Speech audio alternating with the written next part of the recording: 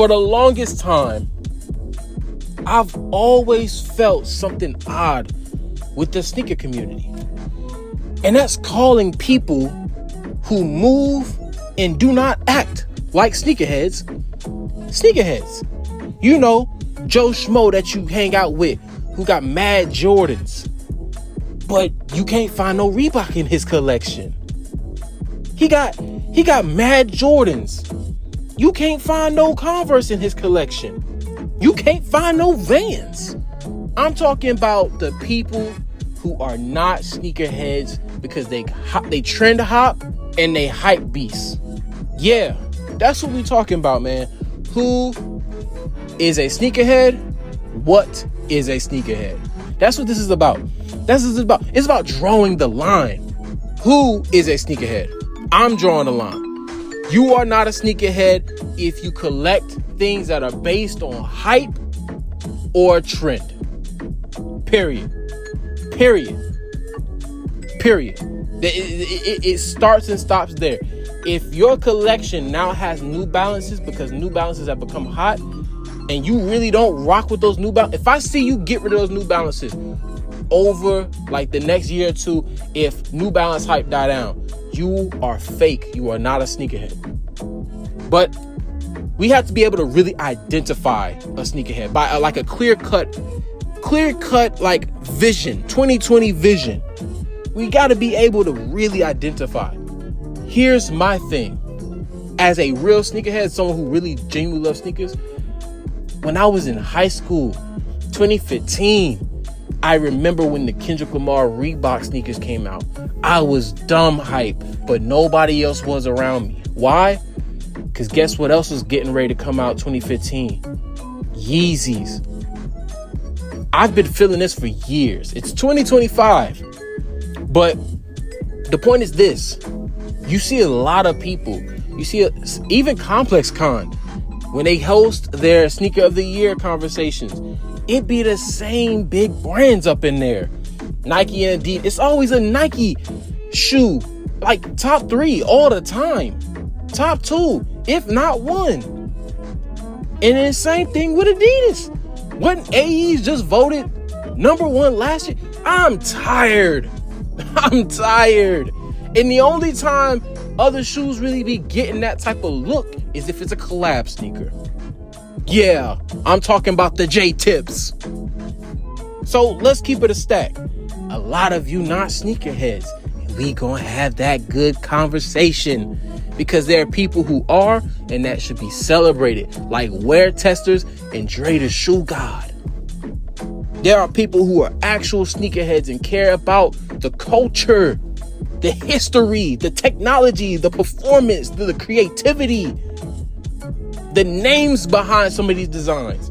There are people who actually care, and then there's just a lot of you who faking, and then you end up on Complex like you a staple. Not no staple.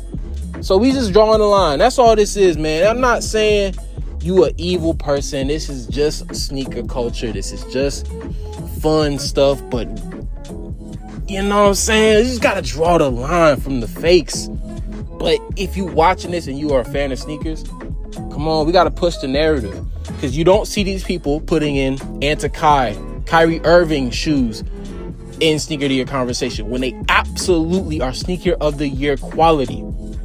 Anyone who's had the Anti-Kais in hand have said, no, this should be Sneaker of the Year type conversation. This is that level of quality. EQLZ, designed by Aaron Cooper, the one who did the Scottie Pimpens, the one who did the LeBrons. We should be having these conversations. EQLZ, 24/7, phenomenal shoe. Like, it's just Converse. Shea Gilgeous-Alexander with the phenomenal shoe. The Shea 001. We should be having these conversations. But unless it got a check or a stripe, a lot of people ain't checking. That's a problem. And we should just keep it a stack about it. But these are my thoughts and my opinions. I think we should go support people like Wear Testers, Dre the Shoe God, because they love sneakers. They go in deep dives. 2 different ways, too. Wear Testers, they care a lot about functionality and performance and things like that. But they rocking with how a shoe look as well. They love like trying to like go through the design, but Dre the Shoe Guy, he does that. That's his thing. Design, detail of the design, how it's wearable off court, how you put together a fit. Staples of the culture who care about the ins and outs of sneakers. And that's how it should be. That's how it should be. We should push for people to get stuff that they like. I just got some Answer 3s from Reebok.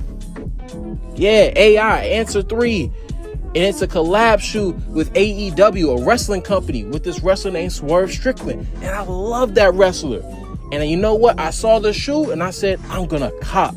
But there's so many people who do not cop things that are not the hype or most coolest brands, and then they skip. Don't be that guy. There's plenty of great shoes out there that you should cop, that you are a fan of the concept of or the art of. Be a fan. Be a fan. I just want to draw that line. Name me some of your shoes. So let's just keep it a stack, man. We should really work to establish who leads the sneaker culture.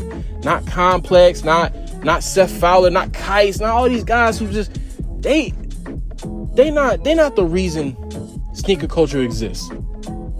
They not. And they shouldn't be the ones that we look to. Man, I just want to restore the feeling. That's all. This video ain't much. It's my first video on this channel, Heart of Culture. I just want to restore that feeling because I love sneakers. And there's phenomenal ones out there that's not Nike and Adidas, bro. Go be original, be creative, and have some passion for the game.